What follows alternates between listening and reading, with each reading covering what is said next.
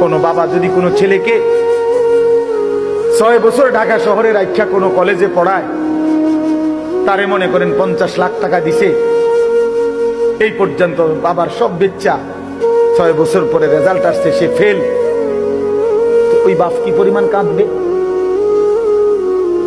যে কিরে বাপ, আমার গত 6 বছরের এই রক্ত পানি করা টাকা, ঘাম ভেজানো কলিজা ছেঁড়া টাকা, তোদের সুখের জন্য আমি 12 বছর বিদেশ করছি, তোদের সুখের জন্য আমি 28 বছর বিদেশ থাকলাম, কোনদিন সুখ কি দেখি নাই।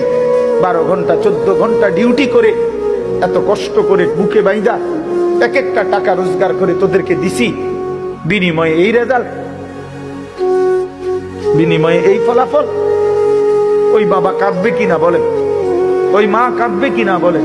তো রাসূলুল্লাহ সাল্লাল্লাহু আলাইহি সাল্লাম কাঁদবে না?